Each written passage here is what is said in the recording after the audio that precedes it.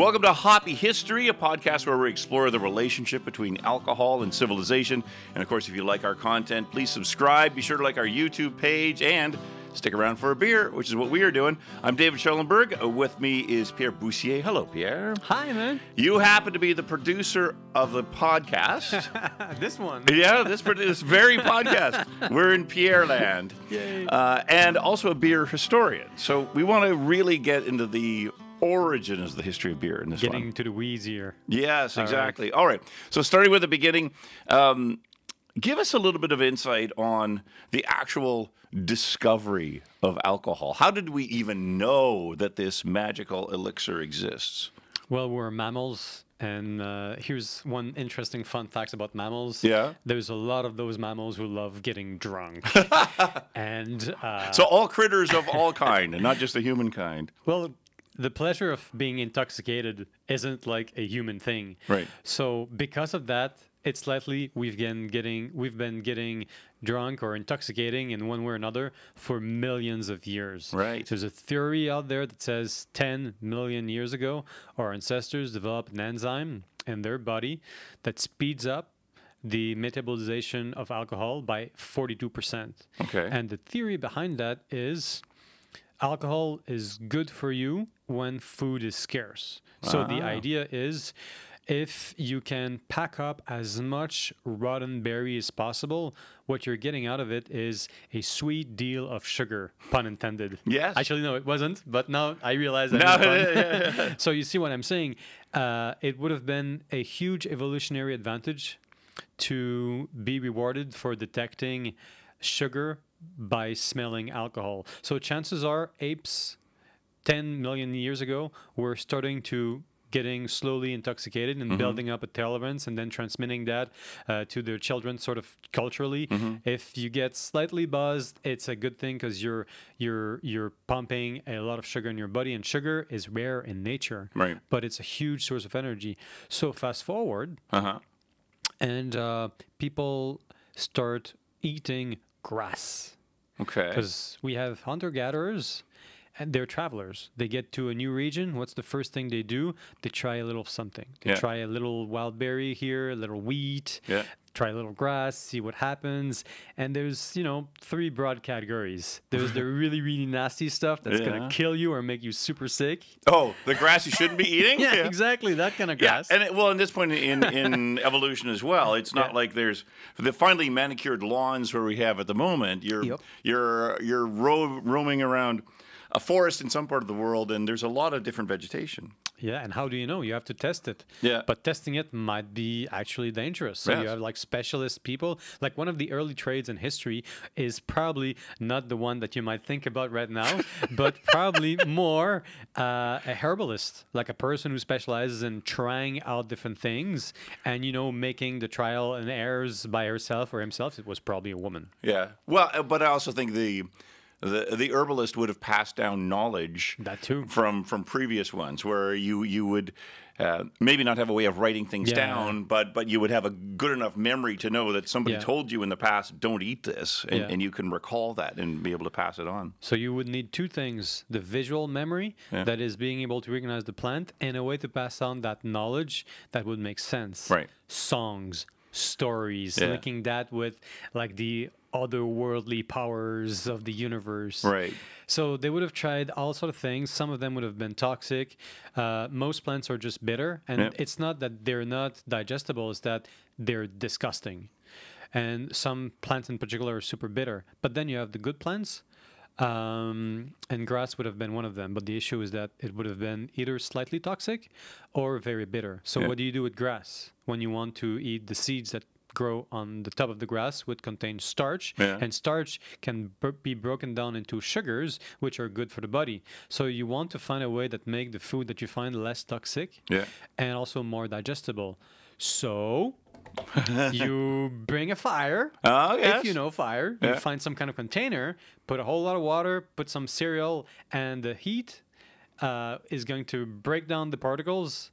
And if you find a way to mix that with other things and you boil it up, then what you realize is you have now made these bitter cereals into something you can actually eat. That, my friend, is porridge.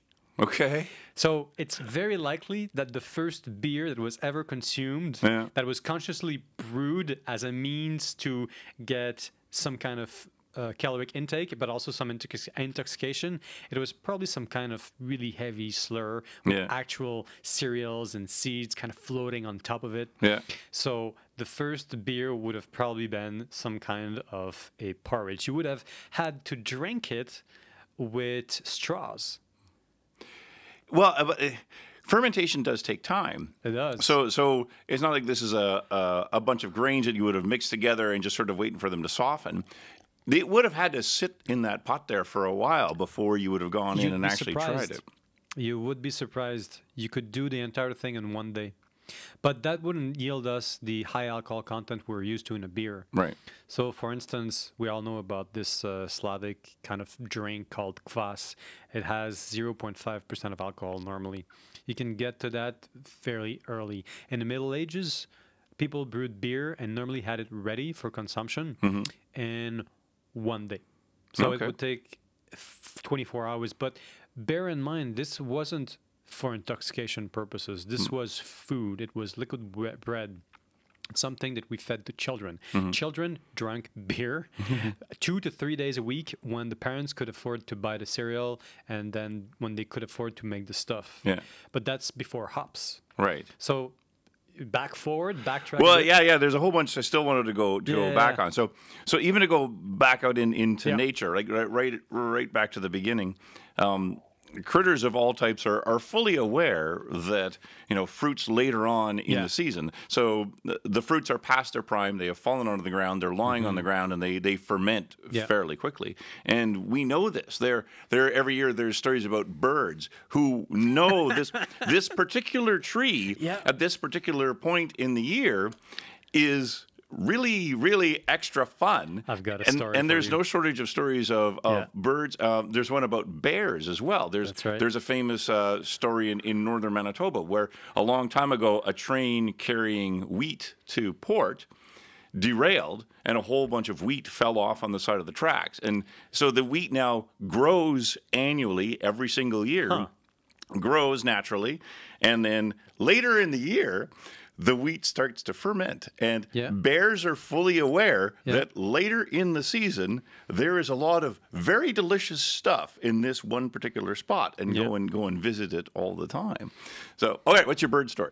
The bird story is from Malaysia. Yeah, there's a type of bird that feeds on the nectar of a high-powered tree that produce so much sap. Yeah, so much sugar-loaded sap that the sap almost instantly ferments up to 5 to 8% of alcohol by volume. But this is all a natural process. It's super fast. It happens maybe once a year, and there's a type of there's a type of bird there that goes and has the feast of its life. Right. It goes there sober, gets out of there completely wasted. Yeah. That's one bird. So it's not just mammals, it's birds as well. Elephants get wasted. In the 80s, there's a pack of elephants that basically raided a brewery in Africa. I don't remember which country, but what they did is they found a container of liquid that was undergoing some kind of fermentation. I don't remember if it was industrial,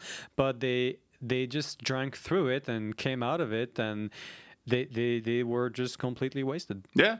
And these stories exist all around the world where animals of various types become aware that this exists. And I've heard some of those stories in Africa as well, where these larger animals come back at a certain time of the year because they are fully aware that things have fermented. This is the best time of year to get it. And it becomes a bit of a menace that they have to deal with these humongous animals that are now drunk. Are you talking about the human species? Because for a moment there, I thought, dude, that's our history. Well, because literally, there's a theory out there that says intoxication, or rather, the pursuit of intoxication for either its own sake or for religious purposes, would have been the actual key driver for the emergence of civilization. Okay, this is crazy, right? All right, that gets off onto a whole. No, I just think, all right, off onto a whole different topic. But before we get there, beer break time. So, what are we drinking on this one? Actually, this is beer that you brought that I've never seen before. So you've got Yuengling. Is this from the U.S.? Yeah, this is Yuengling. Yuengling. This is a sweet craft brew in the U.S. It's not a craft brew. It's no? No, it's a huge brewery in the U.S. Oh, really? Yeah. Very crushable. So Yuengling, I found a couple of years ago here in Ottawa. Yeah. There's a July 4th party at the U.S. ambassador's residence every single year. And an ambassador a couple of years ago, this was his favorite beer. So for the July 4th party, he brought up like crates of it to Ontario to be able to serve at the party. And yeah, what is it? It's Yuengling is how to pronounce it. I bought this literally at, let's just call it a big box store in New York State. And, this is $1 a bottle. Yeah. Less than $1 a bottle in the United States when you buy it at the humongous stores. And there's a certain frustration in Canada all the time on different provinces in Canada on how expensive something is and how difficult it is to find. When you realize in Quebec versus Ontario, you can buy like really good quality beers at large box stores where you can get some motor oil and windshield wiper fluid at the same time. Yeah. Okay. But you like economies of scale. That's what happens when you have civilization thanks to beer. Yep. See what I did there? Yes, very Segue clever. back into the past. Okay, so how exactly did beer impact early civilizations? It might have been one of the strongest drivers, and it's not just one driver, it's all the organization that comes with it, because brewing is a process, right? Okay. Brewing happens at a certain time. You have to have some stability. You have to have grain. So you have to have some awareness of grain and a means to preserve it. But here's the beauty of it. Beer might have been created not just as a means to get some cereals that were easier to eat, but also as a way to keep your foodstuff at a time where it's harder to preserve it. So we have warehouses today, which protect the grain from rain and arguably from rats. Yeah. Back in the days when we developed agriculture, grain was not as easy to preserve. It might rot very, very easily. You would have mice and rodents getting in there. So what if it starts to rot? So what if your grain starts to rot? What do you do with it? You put it in a big bowl of water, you boil it, and then you drink it instead of eating it through bread. So fermentation might have been something that would have allowed you to preserve and store your grain for a little later stage.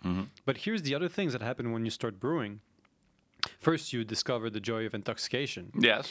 And what happens with that is you build rituals about that, because we're symbolic animals. There was a French scholar, I think, who said that 200 years ago. But the point is, we give purpose, or rather we like to give a purpose to our intoxication. So people build myths, they build ideas, they tell stories, they think they're in contact with the gods. So we develop a culture based on that. And the proof that happened is we have all sorts of gods whose story is related to intoxication, possession, and alcohol and madness. Yes, and that's, I think, fairly common with a lot of religions around the world. Yeah. And then, of course, there's the other religions around the world that have no alcohol as a part of anything they do with it. But we'll save that one for another episode. It's interesting when you think about the process of brewing, because it is possible to do it by yourself. Yeah. But it is also a lot of work. And I can see what you're talking about, where you do ultimately need somebody to bring the materials together. Yeah. And that's more than just a one-person job to be able to do it. Yeah, you need some level of organization. Yeah. And it's the organization necessary to find, grow, and process the grain that would have been at the origin of the early sophistications of hunter-gatherer groups, possibly leading into convincing them to stay on land as opposed to keep roaming across the country. So that's a crazy idea. I mean, because think about that. It means that drinking beer and or finding intoxication would have been the key reason why you would have had society as we know it today. Because it puts everything back into question. Right. What is our primary driver as human beings? Is it pleasure or is it sacred beliefs? Because here's the weird thing. The two oldest sites where there's evidence of conscious beer making, or rather the earliest evidence of a fermented drink that could actually have you quite wasted, they're also connected to burial sites. Okay. So there's one really old, 9,000 years, Jiayu in China, where they found evidence of winemaking based on grapes as well as some other local spices on top of a tomb with lots of bones. And the theory is they would have ritually gotten drunk to connect with the ancestors. Same thing in Göbekli Tepe, which is one of the weirdest, oldest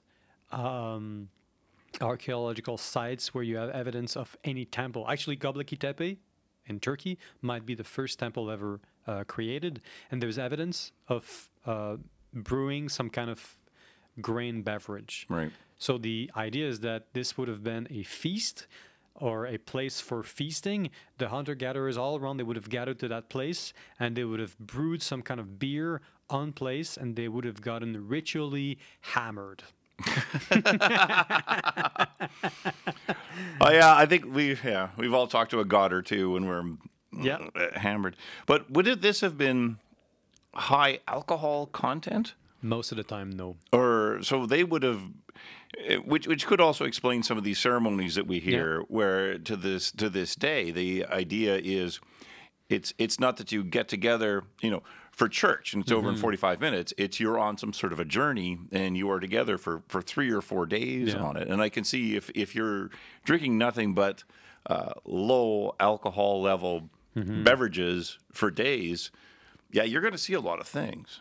So the high alcohol content in antiquity is something that's quite hotly debated because there's basically no way to tell. You can make inferences about how familiar people were with agriculture, how much grain they had, but even with the chemical analysis that you can do, which is essentially how you know they actually had alcohol, that doesn't really tell you an ABV, so an alcohol by volume.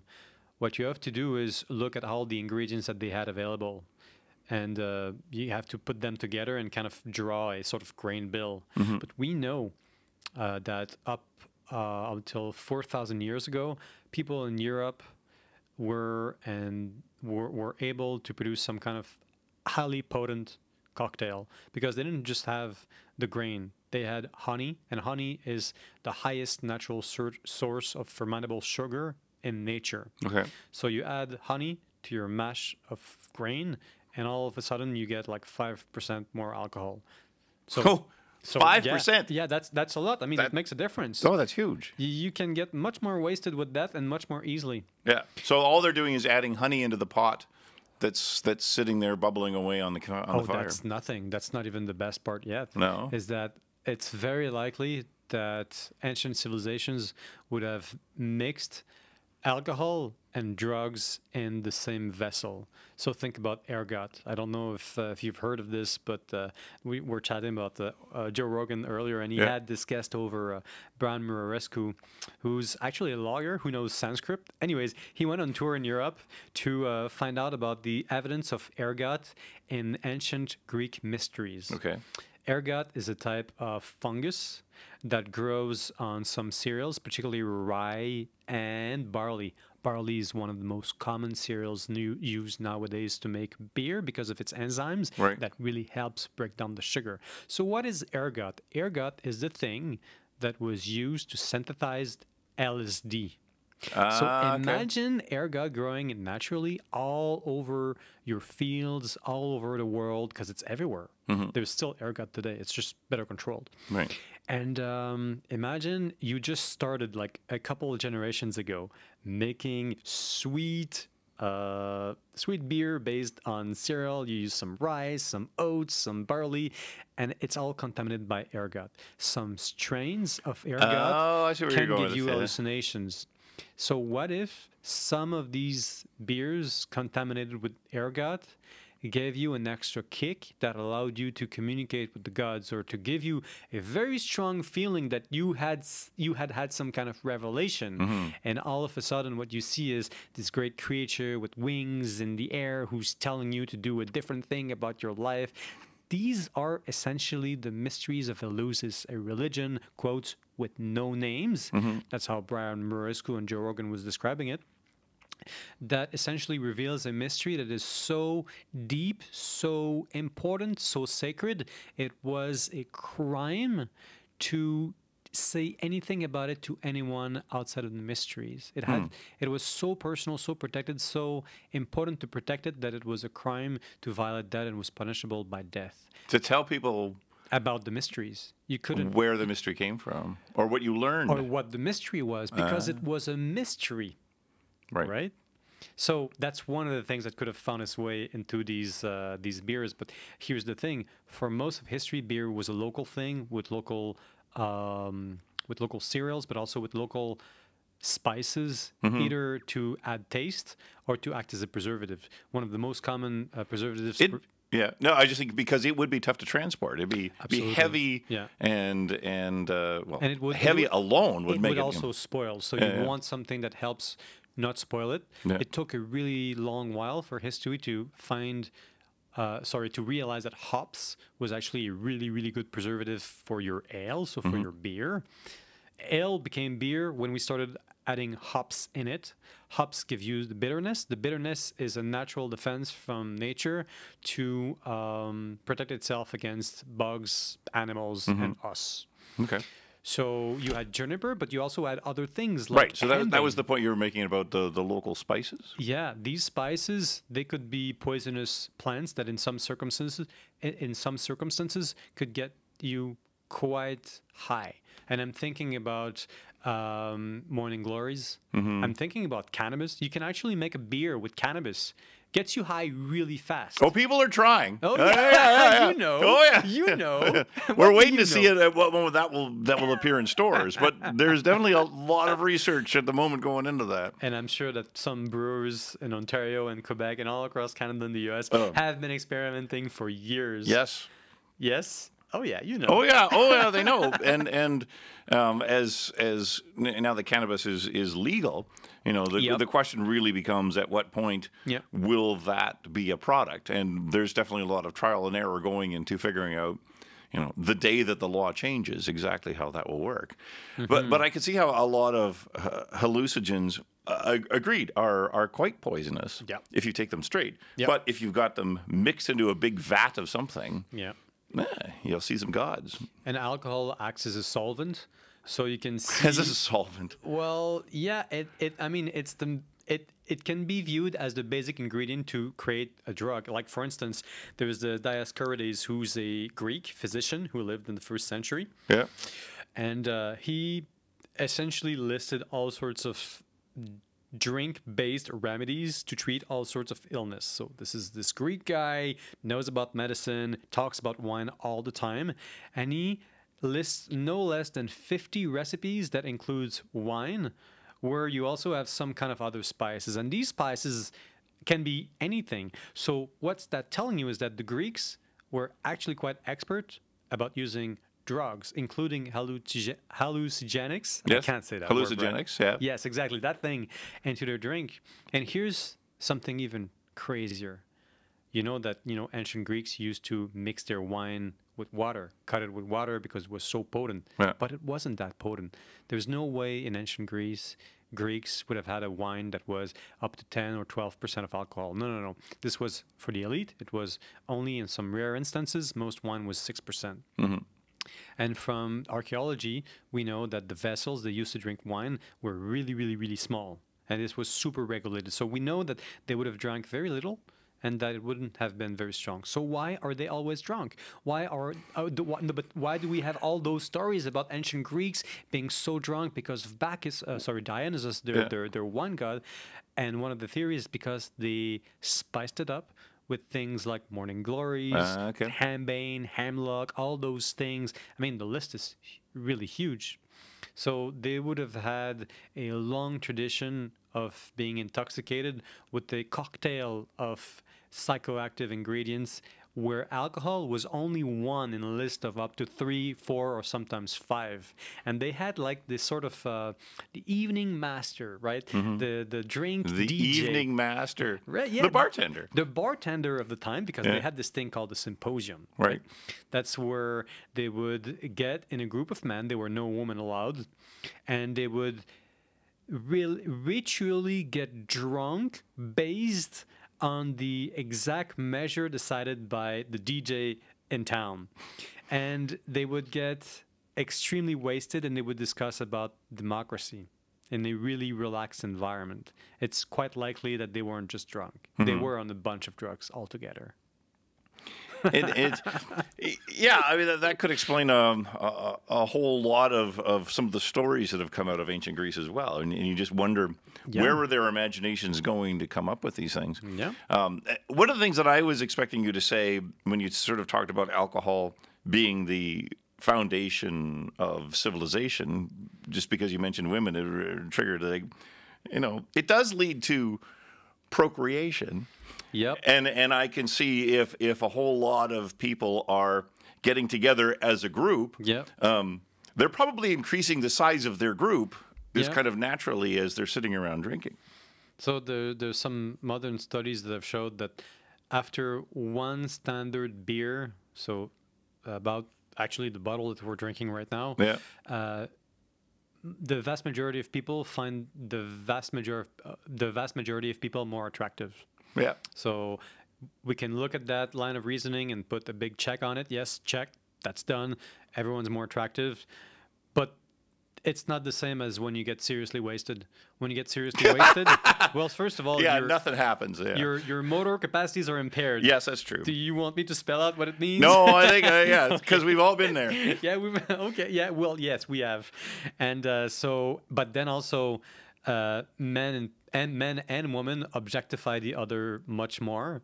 So then it turns out to the super dark. But in terms of procreation and the link between alcohol and fertility, you do have a link through mythology. Alcohol is normally linked to fertility, to good food, and to wisdom, which is a really, really weird thing, because alcohol doesn't make you much more wiser. No. Maybe after one standard drink, you have less inhibitions, and that's cool, and you get more creative. But the more intoxicated you are, the most useless you become. So, I mean, I think about, for instance, in Scandinavian mythology, Odin, the god of thunder, he is said to be feasting on nothing else but mead. So honey drink, right? Which incidentally might have been the oldest drink that exists. So he's drunk all the time, but he's also the god of wisdom. So explain that. And the Scandinavian, no, seriously, I don't know. The Scandinavians had, the early Vikings had a thing for getting drunk in public and doing a sort of rap battle using poetry that they invented on the spot while drunk. And the idea was that you were not supposed to show that you were drunk. But this was all patronized. Oh, this was a game. This was a game. Oh, yeah. That you're not supposed to reveal. Well, you can't. I think a lot of us still play that game. Yeah, I think so. Yeah. Don't reveal that you're drunk. Yep. So lots of weird stories like that, but also all these weird connections in mythology and really, really old stories between the connection between alcohol and some kind of weird wisdom. And you learn a lot about history this way. Yes, and it is interesting to think about the basis, again, connecting religion and alcohol. Like I think about in vast parts of the world, monks are known for their ability to make beers. Right. And this is not a new phenomenon. Like monks have been sitting around, so a group of men sitting in a large castle-like structure in the middle of nowhere, specifically isolating themselves from everything else. And yet they make really good beer because they've perfected it. Well, there's this Benedictine rule that applies to a certain group of monks in Europe where essentially working was a way to connect with God, and idleness was a really, really bad thing.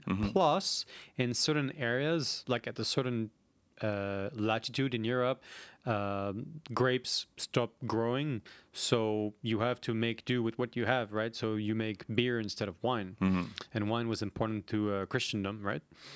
Still is because of the sacrament. So monks would have learned early on to brew beer, partly as a necessity for hospitality, but also because they were supposed to be independent. They were supposed to be disconnected from the world, because the idea was they go do their thing so that they can work as a group to repent the entire of humanity of their sins, right?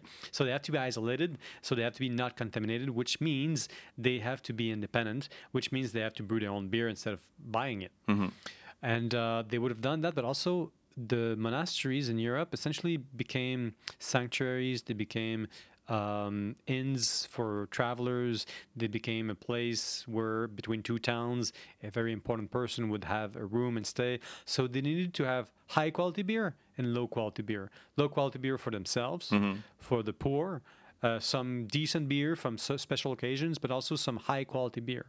And what's that leading us is some low alcohol content beer, some mild alcohol content beer, and some pretty high alcohol beer. Yes. So the thing is, they were monks, they were literate, they stayed at the same place, they had some money that was coming from the rich guys who were fearing for their sins. Yes, supporting the church. Exactly. Yes, exactly. Same thing. So they would have taken a lot of notes, and they arguably did a lot to develop beer into what it is today. But the one thing that's glaringly absent from the discussion so far is the role of woman, dating back to antiquity, because women brewed beer for most of history. I mean, even with all the monasteries in Europe, it was still women carrying out the brewing duty in most homesteads, in most homes, in most of the world, and in many traditional communities today. If you go to really remote places, you still see women at the heart of brewing their traditional grain-based alcohol or other, because you can make alcohol with a lot of things. Oh, yes. Yes. Absolutely. And when you talk about low alcohol content for the poor, I think some of that is also a bit of a theory of you can't drink the water. Yeah, that's a big part of it. And there is one of the tricks with low alcoholic beer is it's safe. And you knew, and this is I've heard this across much of Africa as well. Like how they got very good at making beer very early on it was a purification process, and they knew they couldn't drink the water, but they knew as well if they fermented it and went through this process, there's a purification, and then all of a sudden. You had something that would keep you alive. And it also plays in favor of the beer versus bread as a driver for civilization, because first of all, you need to be alive, you need to be sustained. Beer gives you two things. The fermentation process actually gives you bread. When you cook bread, there is a bit of fermentation that takes place, but also it purifies water. Right. So think about a lot of places where there isn't that much of safe water, which is most of the world. Yes. But the moment that you build a city, the water underneath becomes contaminated, because until the 19th century, where modern hygiene was mostly invented, the shit that you produced went directly to the underneath the water table, water containers, or what's the word for it? Aquifers. Yeah. So you can see how without some kind of alcohol to actually sanitize the water that you would drink, the whole enterprise of building a city would have been it would have been impossible, because people would have died like fleas, because water is full of pathogens and alcohol kills the bacteria. Yeah. Which is also why it's a poison. Yeah. We haven't really talked about that. No. That's a different episode. That's it. It's keeping us alive and killing us all at the same time. Yeah. So bread and alcohol there's a connection there for sure. There's definitely a similar process between making bread and making beer. So which actually came along first then, bread or beer? Yeah. That's a discussion that's been going on, at least in the US and in some archaeological circles from 1950.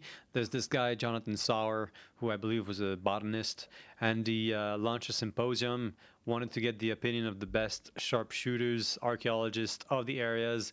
And he said, guys, there's some evidence that beer would have come first. And the biggest evidence at the time was because of the cereals that were available in the Middle East. And the Fertile Crescent would have been so bad, so nasty, so low in nutrients that it would have been worthless as a source of calorie for bread, meaning that you would have spent more energy to produce it than to get it. So that was the main argument. There was a whole debate about it. So fast forward to 1993, there's a Canadian paleontologist who tested the hypothesis that beer might have come before bread. So what did he do is he took some grain, let it ferment naturally in a big pot of water at the normal average outside temperature, and just did nothing and observed. But there were a bunch of other parameters, but essentially that was it. Right. Guess what happened? Just imagine what happened. Just is it just sort of sat there for a while? It just sat there for a while. After one day, the lead sort of tester reunited the students, and he asked them to drink it. Yeah. They all spit it out. They all spat it out. It was completely disgusting. Yeah. So they waited another day, and they found that the smell was absolutely horrible. There were dead bugs in it. The whole thing was disgusting. No, but the whole thing was disgusting. And the guy said to the students, guys, you don't have to drink this, okay? You won't be noted on this. Yeah. I know how bad this is. Your grades won't be impacted. Please think about your health. So the theory was, if you just put grain without any kind of preparation, without any kind of process onto water, you might produce alcohol, but you would draw in so many pathogens and so much bacteria that instantly it would become something terrible. Yeah. So back to the 1950s, there's someone who said, guys, you have it all wrong. It's not a question of if bread came before beer. It's a question of what was the best way to get the most out of terrible but really terrible grass whose seeds you wanted to eat. Right. Because they came together, right? The cereals are essentially grass with some seeds that you want because they have higher sugar potential. And the guy said, if you start germinating the seeds, the starch that's there in the seed to help grow the thing gets broken down into digestible sugar. So what if in Sumer, for instance, where we know that was the case, people just started very slowly to cook and wet the grain so that they would start germinating, and then they would eat it after it started germinating. What you would get is something that's much easier to eat. So from there, to just put germinated grain into your beer, that's the malting process. It's what we do with barley. We wet it, we cook it quite a bit, but not too much because we don't want to calcinate it. And then you put that in water. All of a sudden, you have soup. So the first beer might as well have been soup. Right. Crazy, right? You just sort of really, really thick beer. Yeah. Maybe not super high on alcohol. Maybe once in a while you get up to 3 or 4%, but it would have been much more nutritious than most of the bread that were made at the time because of how different the cereals were. I mean, think about it this way. In the 1960s, all around the world, but mostly in Asia, we had what was called the Green Revolution. The Green Revolution is when we manipulated the key cereals to such an extent that they started yielding 3 to 4 times more nutrients. Without that, we wouldn't be able to sustain the population we have today, and half the world would be starved consistently. So that's something we did with modern technology back in the 1960s. We didn't have that until the Middle Ages or in ancient civilization. What we had was selection. So we would have selected, consciously or not, the most high nutriment yielding cereals, and we've kept on using them until some mutations kind of dominate over the others. But even then, think about you're a hunter-gatherer. You're picking wild berries, you're hitting for the low-hanging fruits, pun intended, and you're doing a lot of hunting. Hunting is scarce.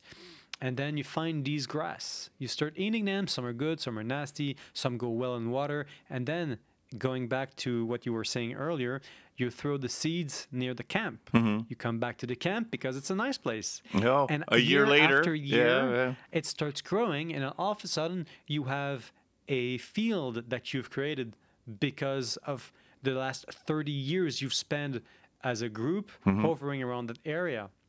This could have been one of the ways that civilization emerged. Yeah, because meeting in regular cases, but also I think civilization sort of emerges when we start exploring as well. When we start to leave where we are and go to other places, and historically we've seen this on even things like getting on ships and going across seas. Like, alcohol had to have played some sort of a role in all of that. You couldn't bring water, not for a voyage that was more than, let's say, a few weeks. If you were going to be at sea for a few months, you were going to need alcohol. There was nothing else. You could add some spices, some herbs. You couldn't bring water because the water would turn after a week. Yeah, and part of that has partly this is because of temperature. Imagine the Mediterranean, which is consistently over 20 degrees Celsius. So you basically have water that's poorly sealed at a hot temperature most of the time. Right. It doesn't take more than a few days to start having bacteria and things in there that are just disgusting. Yeah, because they're in sort of a big wooden barrel that was never clean to begin with. Yeah. So the Greeks were good about it. They drank wine, tons of wine. They were like the biggest exporter in town. Like, if you think about the Greek civilization, they're basically an exporting monopoly for wine. That's their thing. But yeah, they would have had wine. You would have gotten your, let's say, water from an alcohol-based drink. Right. But yeah, I mean, think about the Middle Ages and the first seafaring civilizations that could go to another continent. In order to cross the Atlantic, you needed some strong beer that had enough alcohol to discourage even the keenest bacteria and pathogens. But think about then a standing fleet, modern era, where you're constantly at sea for upwards to 6 months just because you're busy fighting France on a generational basis. At that time, you need more than strong beer. You need something that's gonna really, really age well, and that's gin, it's rum, it's whiskey. The rum ration in the British Navy was a big thing. People would go through a mutiny if they didn't have enough of their rations. So they came up with that thing where they would cut one part of a drink with rum, 2 parts with water, and some droplets of lemon. Okay. And the lemon would give you the extra minerals that would ensure that you don't get scurvy. Right. Which was the biggest threat on the ship. Well, that's the thing with scurvy. I think by this point in human evolution, our knowledge gets to the point where we're fully aware of all sorts of diseases and ailments that can come along, and because we have lost enough people and other people survived, we start to figure out, well, why did this group live and that group died, and yeah, scurvy is a good example of how you can't live on alcohol alone. No, you need some minerals, you need some calories, you need some vegetables as well. Yeah, sooner or later it's going to happen. So what would they have then? Just like a big, so when they were taking on these ships at sea, would they still have water on board that they would use to, even though they knew the water was contaminated, mix a little bit of rum in there, and now all of a sudden it's something that will keep you alive? That's exactly it. I don't know the exact figure, but there has been a ratio where you would have a lot more beer than water, but you need the water to do other things. Sometimes you need the water to clean someone and mix it with alcohol and stuff like that. But yeah, one thing is for sure, whenever there was a Navy ship that went at sea, one of the biggest cargo in there was the alcohol. And it wasn't to get wasted. It was really for survival. And also it was a source of calories. And the 14th century, we have some records that allow us to indicate that Basque fishermen who crossed the Atlantic, came to Canada hunting for whales and cod, they would have gotten up to 40% of their caloric intake through beer. Wow. That's a lot. I mean, in England, in industrial England in the 18th century, there was a kind of trade that's disappeared today. It's called the porter. So they were people who were, excuse my French, porting all sort of cargo across all the city of London, from the port to the city, and then from the city to other places in the city. So they were kind of two trades. And those guys were porters. They would typically wait by some kind of pole with a flag until someone kind of came to them with an ask or with a cargo, and then they would spend the next 2 or 3 hours walking from A to B with that. They would drink a lot of beer, and one of the beers that they drank was a stronger kind of ale that essentially took their name. That's what we call porter today. A porter is a darker beer that is higher in alcohol. Basically as simple as that. And they would have gotten up to 2,000 calories from porter alone. 2,000 calories per day. Right. I think that the average calorie needed for the average adult is something between 3,000 and 4,000. Yeah. So that's a lot. Right. I mean, that goes back to the early point that civilization-wise, beer is a way to sanitize water. It's also a big source of calories. Right. It's a way to preserve food as well. It's also a way to break some social tensions, because you have to remember that beer was, or not just beer, I mean, alcohol consumption was historically a group thing. It was highly ritualized. It was sometimes framed as a religious experience. And it was tightly controlled because it happened with someone else. So if you do something together with someone else, you're watching each other's behavior, right? Right. Oh, yes. Keeping an eye on them. Yeah. And I suppose we've had that tradition to this day with bars and tap rooms and when you talk about places in England as well, like the cultures of the taverns. Is a big part of that history. And you've had taverns for a long time. Arguably, you could say that one of the first institutions of civilization, if you accept the theory that beer, came first, was the tavern. And we know that because some of the earliest codes of justice, the Hammurabi Code, for instance, which was written 1,800 years before the alleged birth of GC, of Jesus Christ. Anyways, that document has at least 10 paragraphs covering the sale and purchase of alcohol. And the tavern, there were such thing as taverns, like places that existed for the sole purpose of getting drunk. Absolutely. And there still are. And it was considered politically by the King of Kings as such a threat that anyone who was caught fomenting some kind of revolution against the king had to be denounced straight away. So there was the understanding, even in the Code of Justice, that people, while drunk, were spewing out secrets or creating mutinies or in other ways being original and thinking about doing things differently and thinking about subduing someone's authority or undermining it. So it was already controlled like 3,000 years ago. Right.